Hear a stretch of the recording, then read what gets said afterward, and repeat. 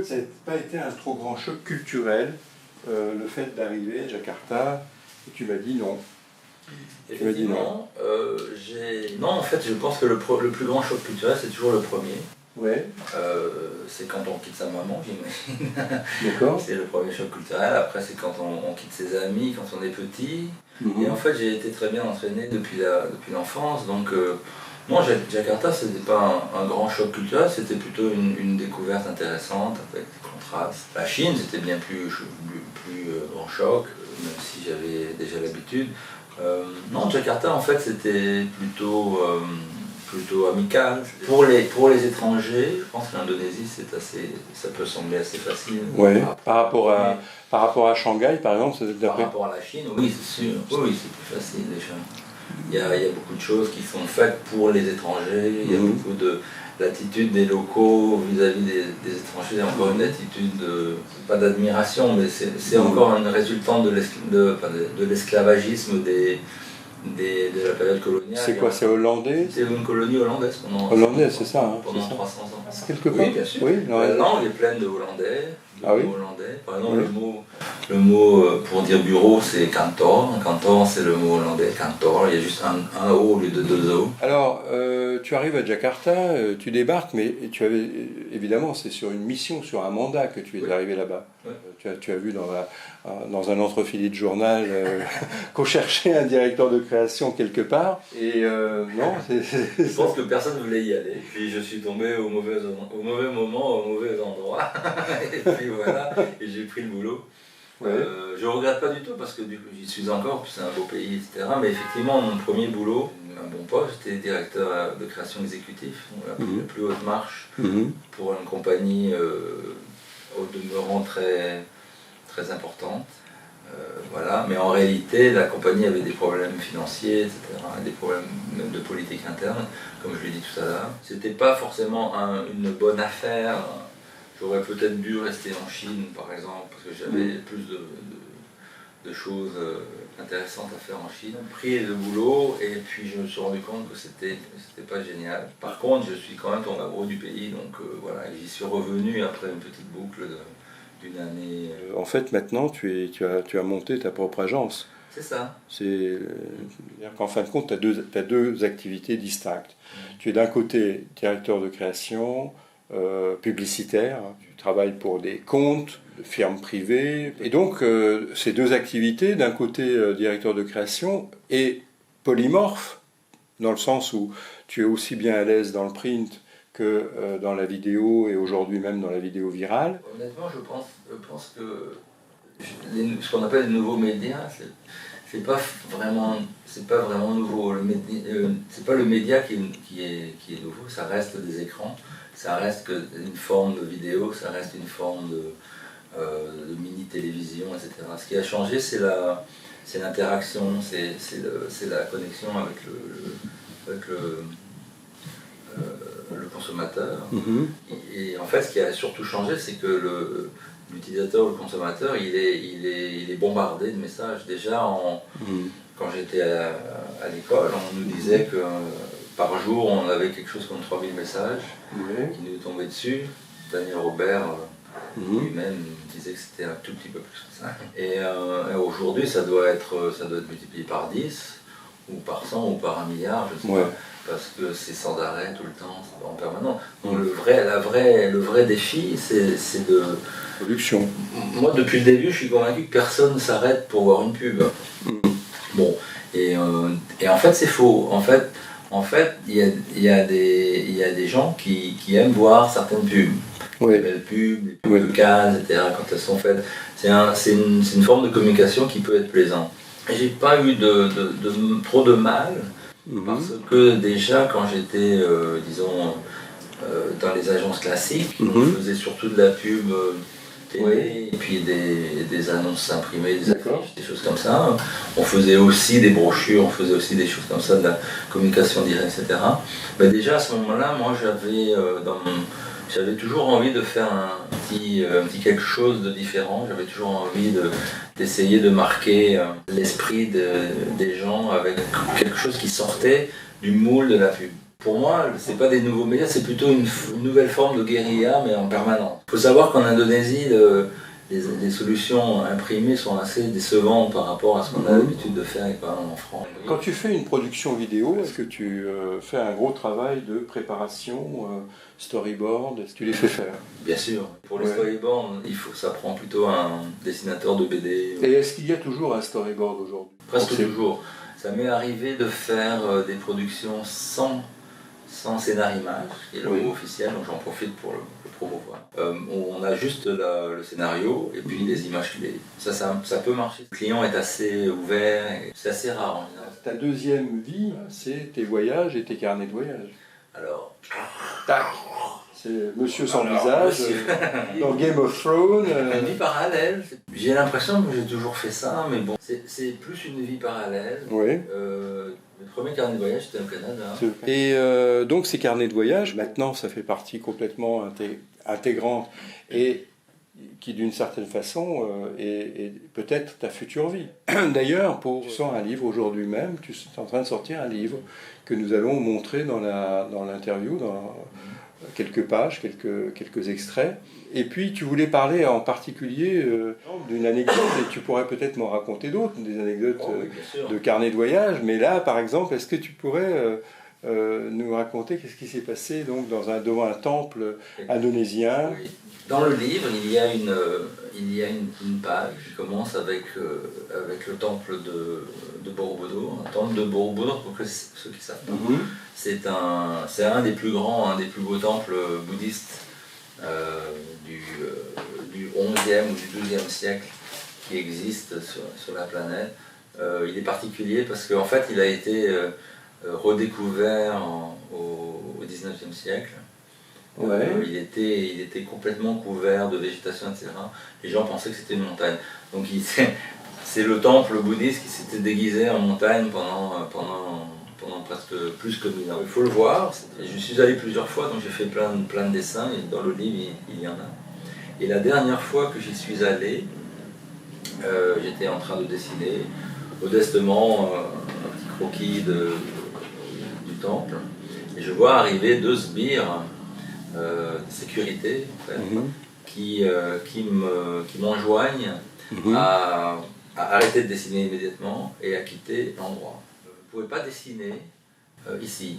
Mais je suis un artiste, j'ai déjà dessiné souvent ce temps. C'est la première fois qu'on me dit ça, qu'est-ce qui se passe? Alors il me montre mon petit set d'aquarelle qui était ouvert, dont il y avait un petit peu d'eau. Et puis effectivement, quand on travaille à l'aquarelle, on utilise son pinceau, on trempe dans l'eau, et puis il y a une chance, un film, mais il y a une chance quand même, une petite goutte d'eau colorée tombe sur le sol. Alors ils me disent, voilà, regardez, et il y avait effectivement une toute petite goutte de couleur bleue qui était tombée sur le sol. Alors j'étais même pas sur le temple, j'étais genre à 20 mètres du temple, et c'était de la terre battue. Hein, donc, alors ils me disent, ça là, c'est très mauvais pour le temple. C'est très dangereux. J'ai dit, mais c'est de l'eau. S'il pleut, c'est pas dangereux pour le temple, il me semble. Alors là, ils se sont un peu fâchés, ils m'ont carrément poussé dehors. Heureusement, j'étais avec Yuli et puis elle les a calmés, parce qu'ils ont vu que j'étais en train de retrousser mes manches, puis j'aurais bien pris un pour taper sur l'autre. Mais bon, c'est ton genre, c'est ton genre. Non, pas du tout, mais des fois, c'est proche. Il faut pas te chercher, d'accord. J'ai encore jamais fait, puis je recommande pas de faire ça de toute façon. D'accord. Surtout pas en Indonésie ou n'importe où d'ailleurs, mais parce qu'on ne peut pas gagner, même si on les met KO, il y en a 200 millions qui arrivent, et puis de toute façon on est en prison, et puis on est déporté. Voilà. Même si on a raison. Et qui est pour 30 ans. Voilà, et même si on a raison, c'est ça, ils ne cherchent pas à savoir. Donc en fait, ils m'ont accusé de vandalisme, hein, et j'ai trouvé ça... Mais le dessin par lui-même n'a pas un intérêt en soi, qu'un particulier. Non, c'était un dessin tout à fait innocent, je l'ai mis dans le livre pour raconter l'histoire. Tu as 142 pages dans ce livre, c'est quand même énorme. C'est un carnet de voyage, j'ai déjà vu des carnets de voyage de 60-80 pages. Là, c'est un carnet de voyage qui fait quasiment le double ou le triple presque de carnet de voyage habituel. Pourquoi aussi épais? Pourquoi autant de pages? Pourquoi autant de dessins réunis en un seul livre? En fait le livre est fait en fonction des îles principales. Enfin, disons qu'il y a il y a Jakarta d'abord. Jakarta, c'est un monde en soi. Ensuite, il y a toute l'île de Java, qui est tout ce qui reste autour de Jakarta. On va à Jakarta, on va à Solo, on va jusqu'à Surabaya, jusqu'au bout. Ensuite, il y a une partie sur l'île de Sumatra. En Sumatra, il y a énormément à faire. J'ai juste couvert un petit peu Padang, un petit peu Palembang, etc. Mais c'est juste des moments comme ça. Donc après, il y a l'île de Bali, bien sûr, où j'ai vécu. Donc il y a beaucoup de dessins sur Bali. D'accord. Pas seulement Bali, mais aussi des petites îles autour, par exemple Nusa Penida. Ce que je cherche dans mes dessins, c'est plus le moment. C'est quoi? C'est des polaroïdes? C'est un polaroïde peint?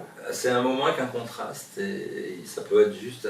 En général, c'est des choses très simples. Ça peut être un beau temple avec juste un frangipanier en fleurs ou quelque chose comme ça. Ça peut être quelqu'un en train d'arrêter sa moto à côté d'un chien. Ça peut être un moment comme ça. Mais j'essaie de retrouver la magie de ce moment, et puis en général, je la retrouve avec l'encre de Chine. Encre de Chine pour le dessin. Aquarelle pour la couleur. Oui, c'est toujours l'encre de Chine. Et tu pars toujours de l'encre de Chine au départ? Toujours. C'est-à-dire que c'est quoi? C'est un pinceau? Soit c'est un pinceau, il y a des dessins ou la plume, plus épais, ce sont des pinceaux, encre de Chine. Soit c'est en fait un stylo japonais. Donc du coup, la photo ne t'a jamais vraiment complètement attiré? Si, j'ai fait de la photo avant. Oui. Mais depuis que je dessine comme ça assidûment pour faire raconter des histoires, moins. En fait, je fais des photos pour obtenir plus de détails lorsque je fais un dessin. Pour faire la peinture derrière, peut-être. Voilà, pour faire la peinture pour préparer un tableau derrière. Parce que quand on dessine comme pour quelqu'un qui connaît absolument pas l'Indonésie, Jakarta, Bali, etc., et que ton livre, malgré tout, ça devient un livre, 142 pages, on ne parle plus d'un album. Comment faut-il pénétrer dans ce livre? Est-ce qu'on peut rentrer n'importe où? Il n'y a pas de fil d'Ariane en particulier. Non. Et comme je disais tout à l'heure, ils sont classés géographiquement, mais on peut ouvrir n'importe quand, apprécier. En fait, il n'y a pas beaucoup de texte exprès, parce que je voulais juste montrer des moments. Donc des fois, il y a un petit texte comme une signature ou quelque chose qui rebondit avec l'image. Et puis des fois, il n'y a pas de texte du tout. C'est un endroit, ça se passe où, etc. Donc on peut vraiment jouer. Comment est-ce que tu imagines tes 5 prochaines années? Disons que sur papier, je suis quand même assez vieux. Et dans ce métier, malheureusement, ce n'est pas une qualité. Les gens associent l'âge avec un salaire énorme et puis quelqu'un qui ne travaille pas beaucoup, alors que c'est faux en fait. Je sais, par exemple, moi quand je travaille à la pige, ça m'arrive, je ne suis pas forcément plus cher que des mecs qui ont 20 ans de moins. Donc je ne pense pas que ça va m'arriver, que quelqu'un à Dubaï ou à New York, New York m'appelle sur la base de quoi, parce que mon expérience est très locale. Donc, je pense que ce qui peut arriver, c'est que localement, ça se développe très bien. Mais si jamais on t'appelle à San Francisco, tu y vas? Je pense pas, non. Non, pas forcément. Non. D'accord. A priori, non. Et c'est une parmi les dernières questions, c'est celui de l'enseignement. On a très peu parlé de ta formation initiale, c'est-à-dire estienne, essentiellement. C'était très manuel, c'était pas des concepts publicitaires.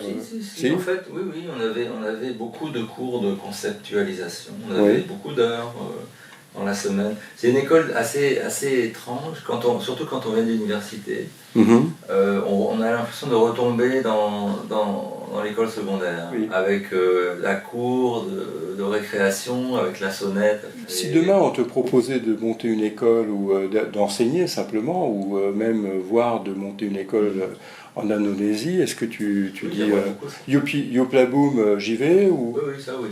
Ouais. Ça oui. C'est la partie la plus importante d'un essai, je pense, d'un directeur de création. C'est d'enseigner, c'est de partager ses connaissances, c'est de stimuler les talents, c'est de leur montrer d'autres. Mais tu ne l'as jamais pratiqué encore? Vraiment. J'ai déjà été conférencier au Canada, on m'avait appelé plusieurs fois. J'avoue, honnêtement, j'ai pas une voix qui porte très, très bien. C'est pas le fait de donner une leçon ex cathedra à 300 étudiants, ça me plaît pas trop. Par contre, j'aime bien discuter. Un atelier plutôt. Ouais. Tu te sens mieux dans un workshop que dans une conférence. Oui, tout à fait. D'accord, parce que tu as le retour immédiat. Oui, plus de contact direct. Ouais. Plus intéressant. Visuellement, en tout cas, il y a tellement de choses à voir dans tes dessins et dans ta peinture que je me demande si ça ne va pas déborder quand même sur ta carrière professionnelle. Est-ce que ce serait un peu l'objectif? Tout à fait. Ce serait un peu l'objectif, c'est ça? Mais ça ne veut pas dire que tu renies ta carrière professionnelle. Pas du tout. Il y a beaucoup de choses que j'aime en communication, en pub, comme on dit. J'ai toujours pensé que quelqu'un qui serait bon en publicité serait bon en tout. C'est comme ça que j'ai commencé. Être capable de simplifier un problème au point de savoir une solution pour influencer qui que ce soit à acheter ou à faire autre chose. J'ai trouvé ça, c'est une chose importante à savoir faire. Maintenant, il y a des choses que j'aime pas trop, c'est plus dans le domaine disons, quotidien, des relations, les égos, etc. Cela dit, le fait d'avoir appris les langues chaque fois que tu étais dans un pays, ça t'a permis aussi de t'approcher d'une culture, d'être beaucoup plus poreux par rapport à une culture, non? Je suis convaincu que c'est ça qu'il faut faire. On peut pas aller en Chine et puis leur parler en anglais, on peut pas faire ça. Même si dans certains cas on peut s'en sortir, il faut quand même essayer de s'approcher un peu plus du consommateur et puis surtout de ses équipes, de ses clients, etc. En Finlande, on m'avait déconseillé de perdre mon temps à apprendre le finlandais. Bon. Je devais penser tu resteras juste un petit peu, après ça ne te servira à rien. Erreur, je veux dire, j'ai appris assez vite et puis les clients m'adoraient pour ça. Bon, c'est sûr qu'aujourd'hui j'ai oublié, mais qui sait que ça m'a ouvert l'esprit pour d'autres langues. Voilà. On est autant de fois homme que l'on parle de langue. C'est attribué, je pense, à Charlemagne. D'accord. Voilà. Merci beaucoup, Pascal. Un grand merci à toi. Merci, au revoir. À bientôt. Je remets mes lunettes.